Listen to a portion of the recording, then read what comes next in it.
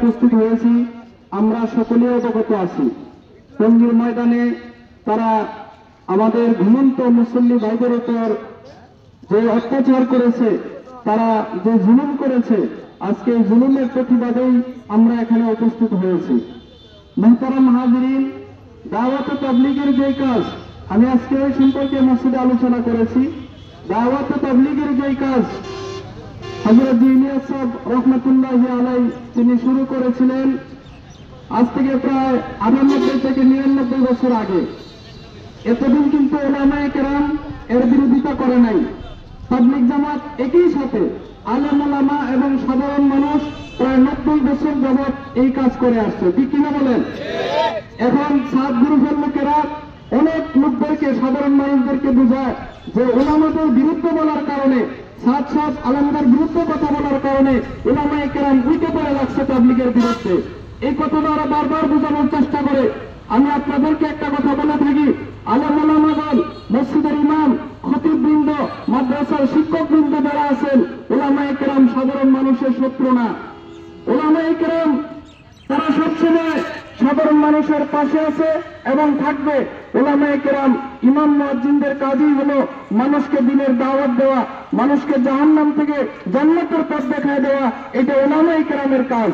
কিন্তু একটা শ্রেণীর লোক তারা উলামায়ে কেরামদের থেকে মানুষকে দূরে সরানোর জন্য বারবার তারা বলে আসছে উলামায়ে কেরাম তাবলীগের বিরোধিতা করতেছে।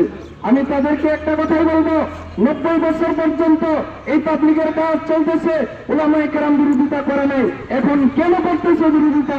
এই কারণটা তোমরা আগে উদ্ঘাটন করো। এই কারণটা হলো একজনের কারণে এই সারা বিশ্বের তাবলীগ জামাত আজকে দ্বিখণ্ডিত, আজকে তারা মারামারি করতেছে। আমি এই কথাটা আজকে বলেছি যে তারা এই সাত গ্রুপের লোকেরা তারাও তো মসজিদে তালিম করে, তারা আকরামুল মুসলিমিনের বয়ান করে, তারা বলে এই হাদিসটা তারা প্রায়ই শুনে, 3 আকরাম যার মধ্যে নেই তারা নবীর উম্মত না। এই হাদিসটা তারা বারবার শোনায় যে সেখানে আসছে যারা ছোটদের স্নেহ করে না, বড়দের সম্মান করে না, আলেম এই তারাই তারা করবে।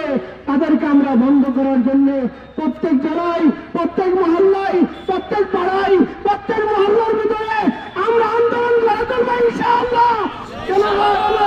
একটি ভাইয়ের রক্ত যেন আর মাটিতে না পড়ে, একটি ভাইয়ের রক্ত যেন আর কোনো জায়গায় না পড়ে, এই জন্য আমরা সতর্ক থাকবো। আজকে যদি আমরা মুসলমান হয়ে থাকি, আমরা অবশ্যই প্রতিবাদ করবো যেন আমাদের মাদ্রাসার ছাত্রগুলোর উপর তারা কিভাবে অতর্কিতভাবে হামলা করেছে। তো আমরা এরকম যখন ময়দানে গেছি, ময়দানে যখন আমরা গেছি, দেখি যে আমাদের ভাইদের ভিতরে মারা হইতেছে, আমাদের ভাইদেরকে রাতের অন্ধকারে মারা হইতেছে। কিন্তু যখন আমরা গাড়ি থেকে নামছি, আমাদের সহ মার শুরু করছে।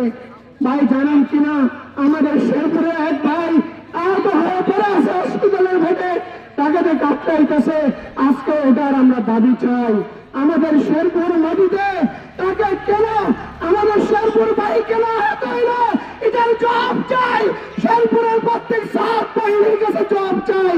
জবাব না দেওয়া পর্যন্ত আমরা কিন্তু হব না ইনশাআল্লাহ।